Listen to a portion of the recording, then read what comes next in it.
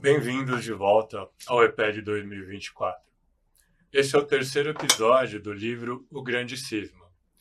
No episódio de hoje, nós veremos o resgate, de alguns corruptores da lição de Jesus.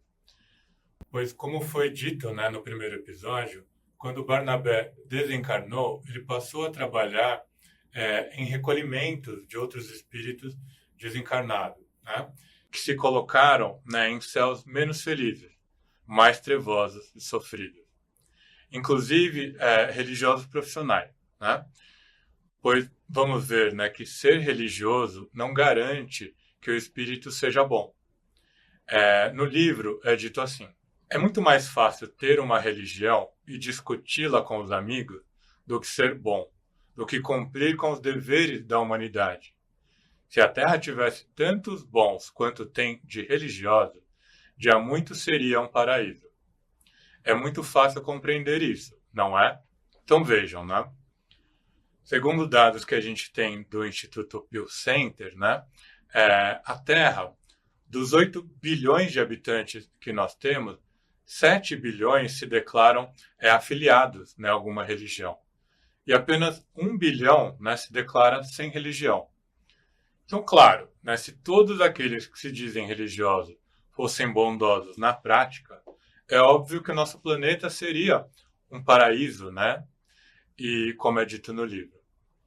Então, a seguir, é dito assim: andou bem quem disse que religião é o culto da fraternidade, do bem-fazer.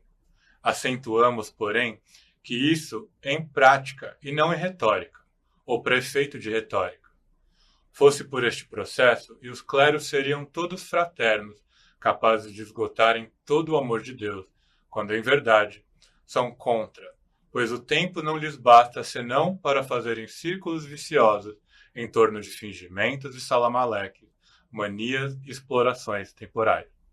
E a gente vai ver que esse é o caso, de um religioso profissional que o Barnabé vai resgatar mais adiante, Mas isso, antes ele diz assim: falou assim e consobeja as provas, pois vivo a catar clérigos em regiões inferiores, pois vivo a arrebanhar presumidos proprietários da verdade em tristes lugares.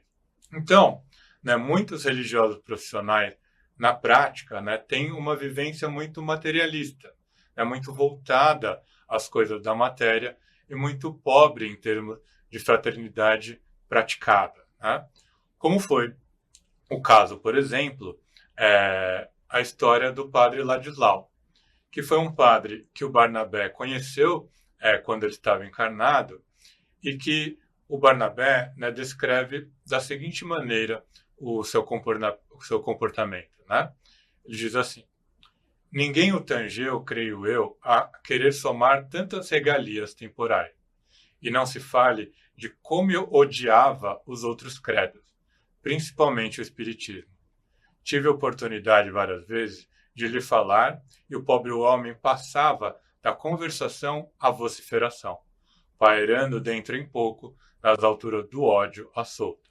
E aí, o que ocorre, O Barnabé, ele é chamado para assistir no desencarne do padre Ladislau, que estava bastante doente, e o seu desencarne, é descrito de uma forma bem triste, Tendo ele uma vida dedicada, a acumular riquezas materiais e a odiar outras religiões, foi assim que ele desencarnou, É dito assim: Ladislau carnal era muito melhor do que o Ladislau espiritual, ou seja, o seu perispírito, Ele todo era uma pasta escura, cheia de manchas vermelho escuras, sendo que aqui e ali espocavam borbulhas chagosas, fétidas.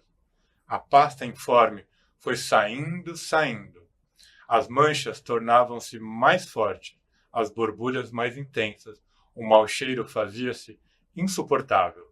Dentro de alguns instantes, a pasta ganhou uma forma humana e começou a gemer. Providenciaram a retirada do corpo, mas ali ficou a massa escura, gemendo. Então vejam, toda aquela vivência do padre Ladislau, como uma pessoa raivosa que movimentava o ódio né, diuturnamente e tinha um foco muito materialista, né, de acumular regalias mundanas, toda essa vibração, né, de apego, né, se refletiu no seu próprio perispírito, né, que, como consequência, se tornou escuro, né, cheio de feridas e borbulhas mal cheirosas. Por outro lado, né, a gente pode contrapor, né, o caso do padre Ladislau com o caso de outro padre, que é o padre Mazzini. Né?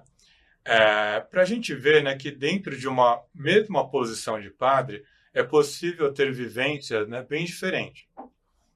E o padre Mazzini, ele já estava desencarnado no momento do desencarne do padre Ladislau.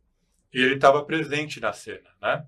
Só que o padre Mazzini, ele já se mostrava muito arrependido, né? Se lamentando aquilo que ele havia feito na carne. Então, o padre Mazzini, né? Ele pôde ser recolhido mais rapidamente que o padre Ladislau, né? E no livro é dito assim. Esse é um relato do próprio padre Mazzini, né? Ele diz assim: procurei assistir a algumas sessões espíritas, quando ele estava na carne, né? Daí perguntam, admitiu os fenômenos? Ele responde, sim, era evidente a realidade, mas parei nisso, pois tinha a minha obrigação de padre católico a cumprir. Havia estudado, havia jurado. Então, né, por um lado, mesmo tendo contato, né, com o espiritismo, o padre Mazzini não conseguiu deixar a sua posição de padre e assim permaneceu. Mas, por outro lado, ele tinha algum conhecimento, né, da realidade espiritual.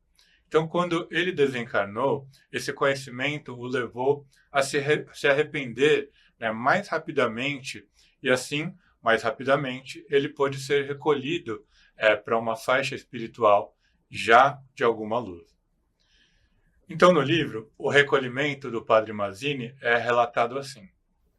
Padre Mazzini entrou no plano espiritual consciente, empunhando o facho da bem-aventurada simplicidade de espírito, isto é, sem malícia religiosa, sem embargos sectários.